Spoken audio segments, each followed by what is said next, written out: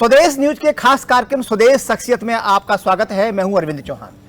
आज हमारे साथ ऐसी शख्सियत है जो किसी मध्य प्रदेश में किसी नाम का मोहताज नहीं है और साफ तौर पर देखेंगे कि सज्जन और सभ्यता क्या होती है, आप उन शख्सियत से जानेंगे।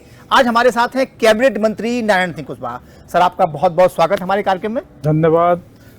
सर, कैसे देखते हैं आप? मैंने बहुत सारे लोगों के इंटरव्यू किए और आपको जब भी देखता हूं तो वो मंत्री वाली फीलिंग बहुत कम आती है। वो ताम झाम नहीं है, बहुत सारी गाड़ियां नहीं हैं और आप बिल्कुल गाड़ी में बैठे चले जा रहे हैं। बहुत सारी मंत्री को देखा कि 2 गाड़ी 10 गाड़ी आगे 20 गाड़ी पीछे। सर, ऐसा बड़ा सामान्य सा। क्या हम एक गरीब सामान्य परिवार से निकले हुए व्यक्ति हैं और हमारे परिवार में ना तो पिताजी ने कोई राजनीति की, समाज सेवा के काम किए और उसी को, क्योंकि कृषक परिवार से हैं, ग्वालियर की सब्जी मंडी में सब्जी का व्यापार, उससे हम आगे निकले हैं। और मेरी शुरुआत अगर कहें तो समाज सेवा से शुरुआत हुई। इसके बाद में मैं जहां आज मेरा ग्वालियर में निवास है वो पहले पंचायत क्षेत्र था, तो सरपंच के चुनाव में भी हमने अपनी किस्मत सबसे पहले अपनाई थी, जिसमें हम सफल नहीं हो पाए। इसके बाद में कोऑपरेटिव के क्षेत्र में सेवा सहकारी संस्था के माध्यम से कोऑपरेटिव में काम प्रारंभ किया। सेवा सहकारी संस्था के करीब 25 साल अध्यक्ष भी रहे। जब विधायक बने उसके बाद में इस्तीफा वहाँ से दिया। ग्वालियर में सहकारी बाजार थोक उपभोक्ता सहकारी भंडार के भी डायरेक्टर रहे।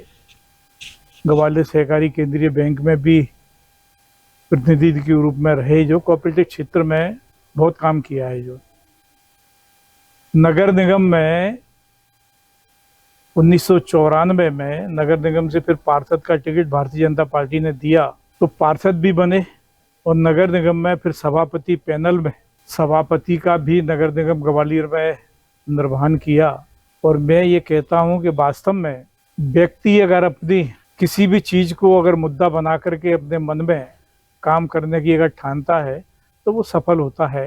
कितने भी गतिरोध आए वो अपनी सफलता हासिल करके पहुंचता है मुकाम पे। एक सवाल ये, जब आपको विधायक का चुनाव लड़ना था तो सुनने में आया है कि आपने टिकट बस एक फॉर्मल तौर पे कह दिया लोगों से, अपने पार्टी से टिकट मांगा नहीं था आपने। क्या टिकट कैसे मिलने का बड़ा लगता है कि आपको खुद टिकट ऑफर किया गया? नहीं, मैं असल में मैं बताऊं कि मेरी वास्तव में मेरे जीवन में, क्योंकि ये बिल्कुल सत्य बात है कि मैं 5 विधायक का चुनाव लड़ चुका 5 बार। और वास्तव में मैं जिस पार्टी से, जिस परिवार से मैं जुड़ा हुआ हूँ, वहाँ मुझे कहने की आवश्यकता नहीं पड़ी। चाहे नगर निगम में पार्षद का चुनाव हो, उसमें भी मुझे टिकट की कहने की, बल्कि उस समय भी मुझे, क्योंकि मैं तो सब्जी मंडी में अपना व्यापार करता था। वो घटनाक्रम क्या रहा भाई साहब? वो जब आप संगठन के लोगों ने कहा कि तुम्हें पार्षद का, मैं तो प्राथमिक सदस्य जो है केवल पार्टी का था, कि तुम्हें पार्षद का चुनाव लड़ना है। अरे मैंने कहा, पार्टी के वरिष्ठ लोगों ने, मैंने कहा मैं कहाँ जो है राजनीति में कोई OBCD ABCD से परिचित नहीं है कि नहीं तुम्हें पार्षद का चुनाव लड़ना है। उस समय वार्ड 49 जो आज भी है, तो मेरे क्षेत्र का घर की तरफ कई वार्ड था जो है, पर मेरे को एक नई चीज थी मेरे लिए।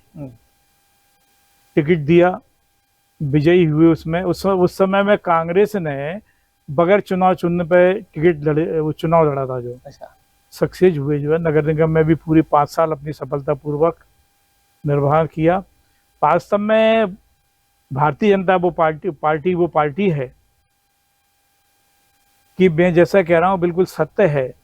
जब पहली बार मुझे टिकट मिला तो मैं तो सब्जी मंडी में मेरी आलू की थोक व्यापार है, तो मुझे आदरणीय कप्तान सिंह जी के यहाँ से फोन आया जो है, दिल्ली में वो थे, क्योंकि दिल्ली में बैठ के टिकट का वितरण था, कि नारायण सिंह कहाँ हूँ? मैंने कहा मैं तो मंडी में हूँ, अपना काम आलू का काम कर रहा हूँ, आलू बेच रहा हूँ। हाँ, कि तुम जो है, तुम्हें अगर टिकट की बात करें चुनाव लड़ने की विधायक की, तो कैसा रहेगा? मैंने कहा दादा, मैंने कहा मैं तो नहीं लड़ पाऊंगा। जो मना कर दिया आपने? बिल्कुल मना कर दी। मैंने कहा मैं नहीं लड़ पाऊंगा, कि देखो तुम कल तक विचार करो, बताना कल तक जो है।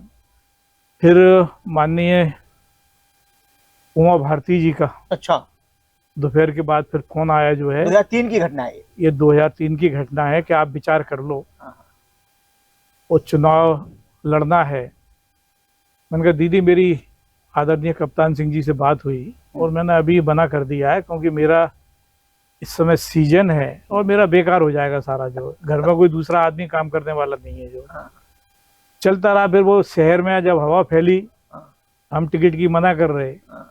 तो लोगों का तांता सुबह से लग गया कि आप क्यों मना कर रहे हो और चुनाव लड़ो। सारे जितने गरीब परिवारों के व्यक्ति थे, जो समर्थक थे आप कह सकते हैं। समर्थक ही कह लें उन्हें जो है, हाँ, हाँ, हाँ।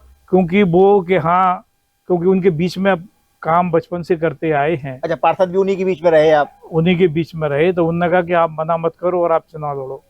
चूंकि कांग्रेस के उम्मीदवार एक धुरंधर व्यक्ति थे। हाँ, मैं वही सवाल हमारा था कि उस समय दिग्विजय सिंह ने घोषणा की थी कि अगर मैं इस बार सरकार नहीं बना पाया तो मैं 10 साल तक चुनाव नहीं लड़ूंगा, और उस समय आपको ये चैलेंज दिया गया। हालांकि जिनसे मेरा चुनाव माननीय भगवान सिंह जी यादव, कद्दावर नेता, बहुत बड़े नेता थे जो है, और मैं ये कहूं कि मेरी राजनीतिक अगर यात्रा शुरू हुई तो माननीय मेरे राजनीतिक गुरु भगवान सिंह यादव भी थे। क्या बात है। उन्हीं के सानिध्य में मेरी राजनीतिक यात्रा कोऑपरेटिव से शुरू हुई थी। तो ये आंकड़ा बढ़ा कि भगवान सिंह जी लड़ेंगे तो सामने आया तो ये कि वास्तव में बड़ा गंभीर मामला है। अच्छा, आप असहज हुए होंगे कि एक राजनीतिक गुरु है नहीं, वो है, परंतु क्या है कि जनता का जो भाव मिला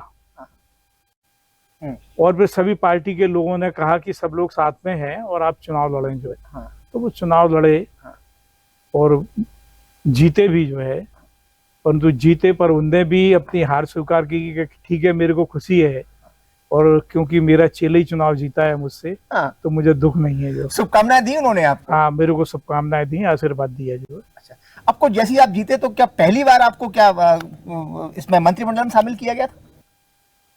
पहली बार फर्स्ट में नहीं, सेकंड राउंड में, जो 9 महीने बाद में। हाँ, सेकंड जब सप्लीमेंट हुआ था। बाबूलाल गौर था। नहीं, बाबूलाल उमा जी ने दूसरी बार किया था। अच्छा, उस समय आपको, उस समय फिर मंत्री बनाया मुझे सामाजिक न्याय विभाग का जो है। तो जब भी बड़े बड़े लोगों की निगाहें थी जो है, पर हम अचंबा कर गए। अब मंत्री बनने की बात अगर मैं करूं, क्योंकि मैं जो भी बात कर रहा हूं बिल्कुल सहज और साधारण रूप में नहीं, आपको बिल्कुल रिकॉर्ड भी हो रहे हैं आप। मैं जो है पारिवारिक खंड में एमएलए रेस्ट हाउस में था। अब चूंकि उस समय खाना भी खुद ही या कभी साथ ही कोई बना लेता था, तो उस समय हम खाना ही बना रहे थे। विधायक होने के बाद खुद ही खाना बना रहा था मैं। तो फिर माननीय उमा जी का टेलीफोन आया, मुख्यमंत्री जी का। अच्छा, कि नारायण सिंह कहाँ हो? मैंने कहा दीदी अभी मैं कमरे पे हूँ एमएलए रेस्ट हाउस में, और खाना बना रहा हूँ। कि क्या कर रहे हो? मेरे मुंह से निकलेगा कि मैं खाना बना रहा हूँ। अच्छा, विधायक होने के बाद आप खाना बना रहे थे? हाँ। अरे वाह। तो उन्होंने कहा कि वो खाना वाना बंद करो तुम और सीधा राजभवन में पहुंचो, तुम्हें मंत्री पद की शपथ लेनी है। तो ये खुशी का इस तरीके से माहौल बना कि आंसू निकले। अब राजभवन पहुंचे, मंत्री पद की शपथ ली जो है। मेरे को, मैं ये कहना चाहूंगा कि मेरे को दूसरी बार भी टिकट मिला, तीसरी बार भी टिकट मिला, चौथी बार भी मिला, 5वीं बार भी मिला। 5 बार टिकट मिले, पर पार्टी ने टिकट के साथ में पूरी भरसक मदद, तन से भी, पार्टी के सारे कार्यकर्ताओं ने तन से, मन से और धन से भी, क्योंकि पार्टी को मालूम था कि मेरा कार्य और मेरा कुछ अलग तरीके का है, अंदर तरीके के धन फंदों में ना पड़ते हुए सीधे सीधे जनता की सेवा करने का मेरा लक्ष्य जो था, तो ये सब चीज़ों में किया।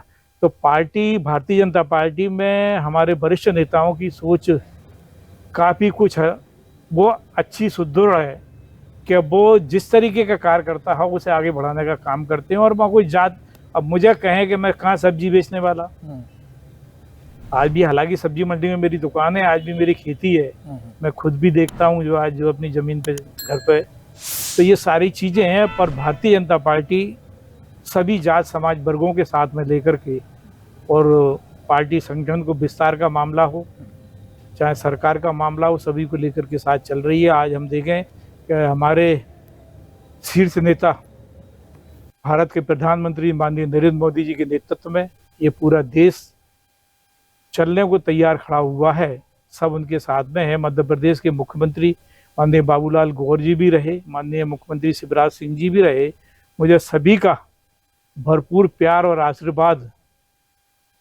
पूरी तरह से मिला है। और आज माननीय डॉक्टर मोहन यादव जी मुख्यमंत्री हैं, उनका भी पूरा सहयोग और आशीर्वाद मुझे आज प्राप्त है। सरकार की जन कल्याणकारी योजनाओं की बात करें, सर्वहारा वर्ग की बात करें, चाहे किसान गरीब मजदूर की बात करें, सबके लिए सरकार निरंतर प्रयास कर रही है।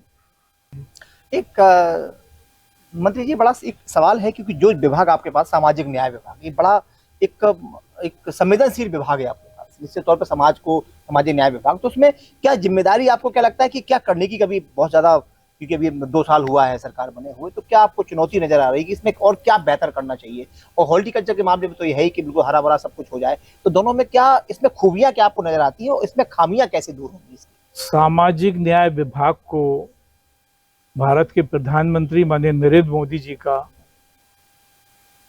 बहुत आशीर्वाद है, और वो बिल्कुल वास्तव में जो करना चाहिए इस क्षेत्र में, हमारे दिव्यांगों के क्षेत्र में, हमारे बुजुर्गों वरिष्ठ लोगों के क्षेत्र में, वो सारा, क्योंकि एक ऐसा नाम चला रहा था पहले, विकलांग शब्द ये सब विभाग में जोड़ा था जी। हाँ।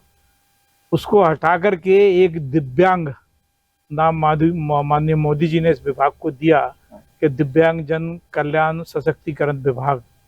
तो ये केंद्र में, और वास्तव में मैं तो काफी नजदीकी से साथ में हूँ कि जितने हमारे दिव्यांग भाई हैं उनमें दिव्य शक्तियां विराजमान हैं। अच्छा, दिव्यांग शब्द को ये इससे आया ये? हाँ, कि ये दिव्य शक्तियां इनमें विराजमान है। अब कल की हकीकत बात बताऊं, मैं ग्वालियर में फुटबॉल का मैच, एक राष्ट्रीय संस्था का कोई गेम था अंतर्राष्ट्रीय स्टेडियम में अपने अटल बिहारी वाजपेयी जी में, यानी दिव्यांग बच्चियां थी जिनकी रीढ़ की हड्डी में प्रॉब्लम है, व्हील चेयर पे वो फुटबॉल का गेम खेल रही थी। 7 प्रदेशों की टीम थी। अब उसमें एक, जब 2 की गेम चल रहा था, ये सामान्य व्यक्ति केवल अपनी बॉल को संभालने का काम करता है, चलने का काम करता है, पर उनमें इतनी दिव्य शक्तियां मौजूद थी कि वो ये तीनों चीज़ों को कंट्रोल करके और अपने हुनर का, अपने जोश का, जज्बात का, कि हम किसी से कम नहीं, खेलो इंडिया में भी उन काफ़ी बच्चियों की एंट्री है, तो ये सब आगे बढ़ रहे हैं। जो है कल अद्भुत गेम था ग्वालियर में। जो अभी हम बात करें तो, क्योंकि जब 23 में चुनाव हुआ तो आपके जो प्रतिद्वंदी थे उन्होंने आरोप लगाया था कि कहीं से छल से, बल से आपने चुनाव जीता है। देखो, क्या है, आरोप कोई भी कैसे भी लगा दे। मैं ये कहूँ कि 2018 में मैं मात्र 121 वोट से हारा था। शायद सबसे कम हारने वाले प्रत्याशी रहे होंगे पूरे देश में? सबसे कम प्रत्याशी हारने वाला मैं रहा था, और मैं कैसे हारा, हाँ। ये मुझे मालूम है। अच्छा। पर मैंने वो बात नहीं कही। जब मैं वहां से काउंटिंग से बाहर निकला तो मेरे को कांग्रेस के प्रत्याशी जो विजयी हुए थे वो मिले कि चाचा मुझे आशीर्वाद दो। उनका आशीर्वाद है कि कुछ आगे की क्या योजना है, कुछ आप कोर्ट वोट में। मैंने कहा मैं कहीं नहीं जाऊंगा यार, 5 साल तुम जो है विधायकी करो जो। हाँ। उसे वही डाउट था जो अंदर हुआ है, कुछ हुआ नहीं। मैं भी उसका प्रत्यक्षदर्शी हूँ। हाँ। मैं भी वहीं था जब आप बाहर निकल के आए, अपने हाँ। आपका आमना सामना हुआ। हाँ। आपने बकायदा आशीर्वाद दिया, मैं था वहाँ। हालांकि कई लोगों ने कहा कि कोर्ट में रिट लगाओ, ये लगाओ। मैंने कहा कोई दिक्कत नहीं, परमात्मा को जो मंजूर था वो हुआ। हाँ, 15 साल हमने 20 साल कर लिया, 5 साल नहीं करने दो, कोई दिक्कत नहीं है। इस साल, अब इस बार 23 वाले चुनाव में भी वोट उन्हें अच्छे मिले। आज तक किसी भी कांग्रेस के लीडर को इतने वोट नहीं मिले कि उन्हें 82,000 वोट मिले। जो 50, 55, 60 से नीचे ही वोट मिलते रहे हैं जो है, पर इस बार अच्छे वोट मिले जो है। अच्छा, उनने भी चुनाव लड़ा जो है। तो कहीं ना कहीं ये आरोप प्रत्यारोप, आपने कांग्रेस को आशीर्वाद दे दिया बेबुनियाद नहीं। अब क्या है कि अब है हार जीत का मामला, अब जो निर्णय हो गया सो हो गया, मानना चाहिए। एक सवाल मंत्री जी उठता है हमेशा कि जब भी भाजपा के लोग, ये मंत्री या कोई भी बड़ा पदाधिकारी डबल इंजन सरकार की बात करते हैं तो कांग्रेस हमलावर हो जाती है। ऐसा देखो, कांग्रेस के पास कोई मुद्दे नहीं है, कोई विचार नहीं है, कोई काम करने के, उनके आपस में ही इतने मतभेद हैं कि वो एक नहीं हो पा रहे, और कोई भी किसी विचार को लेकर के नहीं चल रहे। अभी आज मोदी जी ने इस भारत को, जो दुनिया के अंदर आगे पहुंचाया है अर्थव्यवस्था के मामले में। और चाहे जिस दृष्टि से आज बड़े बड़े देशों की नज़र में जो भारत जीएसटी का बड़ा अच्छा किया अभी जो है, जीएसटी जैसे कई मामले हैं, क्योंकि माननीय मोदी जी जो कहते हैं वो करते हैं। जो कांग्रेस को सीखना चाहिए जो है, कोई भी हो सबको सम्मान, परमात्मा ने सबको जन्म दिया है, सब लोग बराबर हैं, ना कोई कम है ना कोई ज़्यादा है। तो अपना सद्व्यवहार करते हुए उन्हें आगे बढ़ना चाहिए। आरोप प्रत्यारोपों से कुछ नहीं होता, जनता सब काम देख रही है। जो अभी एक बयान आया है उमंग सिंगार का, उन्होंने कहा कि हम हिंदू नहीं है आदिवासी हैं। इस बयान को कैसे देखते हैं आप? कांग्रेस के बड़े नेता हैं। नहीं, हमारे आदिवासी लोग भी हिंदू हैं। वो कह रहा है हम हिंदू है ही नहीं, हम तो आदिवासी हैं। और पुरातन तो संस्कृति की अगर बात करें, हमारे कई पीढ़ियों के पहले की अगर बात करें, तो जो इतिहास और हिस्ट्री है मानव की, वो सारे आदिवासियों के विभिन्न रूपों से ही निकले हैं। जो तो उसका उन्हें अध्ययन करना चाहिए। जो है, आज आदिवासी भाई हिंदू हैं, पर कहीं ना कहीं कई मिशनरियाँ, कई लोग धर्म परिवर्तित करने के लिए जो लगे हैं, पर उन पे भी जो गतिविधियाँ उनकी चलती हैं, उन पर रोक लगाने का काम सरकार ने किया है, सरकारें कर रही हैं। क्योंकि ये वही तो है कि कई विचार क्या है भैया, आदिवासी सारे हिंदू धर्म को अपना रहे हैं, जो सारी रीत रिवाज, सारे संस्कार सब कुछ कर रहे हैं। तो ये बात तो कहीं से आती नहीं है कि हिंदू नहीं है। एक बड़ा सवाल ये उठता है कि आज का युवा राजनेता अगर बनना चाहे, नेता इसमें राजनीति में आना चाहे, तो पहला प्रमुख उसे क्या करना चाहिए? देखो, मैं तो अपने यहाँ भी लोगों से ये कहता हूँ कि पहले तो अपनी शिक्षा पे ध्यान दें, शिक्षित हों, और घर हमारा जिस काम के लिए हमें परमिशन देता हो घर परिवार के लोग, वो उस काम में वो आगे बढ़ें। जो है, अगर ये है कि घर में वास्तव में हमें देश की अगर सेवा करना है, हमारे अंदर कोई विचार है, तो उस तरीके से फिर विचार लेकर के काम करें। चाहे अपना धंधा व्यापार हो या नौकरी हो या राजनीतिक में भी, जो ये इनको उसूलों को बना के रखना चाहिए व्यक्ति को, और कहीं भी उसे इधर उधर कहीं भी भटकने की आवश्यकता नहीं है। अपने बिंदु तय करना चाहिए और अपना निशाना तय करना चाहिए और आगे बढ़ते रहना चाहिए। एक आज का युवा जब आता है तो रैलियों में जाता है, देखता है आप मंत्री बन गए, आप एक छोटी सी दुकान पे बैठते थे, किसान परिवार से हैं, किसान पुत्र हैं, और आज आप एक मध्य प्रदेश में कैबिनेट मंत्री हैं। तो जब आपसे इंस्पायर्ड होता है वो, तो उसे सबसे पहले इंस्पायर्ड होने के साथ साथ ठीक है मंत्री बनना चाहिए, उसकी भी सोच है, लेकिन बेसिक उसे क्या करना चाहिए जिससे कि वो आप तक पहुंच पाए या इस पद तक पहुंच पाए? नहीं, जैसा मैंने अभी कुछ बात तो मैंने कही कि व्यक्ति को मेहनत उस लाइन में करनी चाहिए। राजनीति में आना है तो राजनीति में पूरी निष्ठा और मेहनत और ईमानदारी के साथ में काम करना चाहिए, दिखावा नहीं है।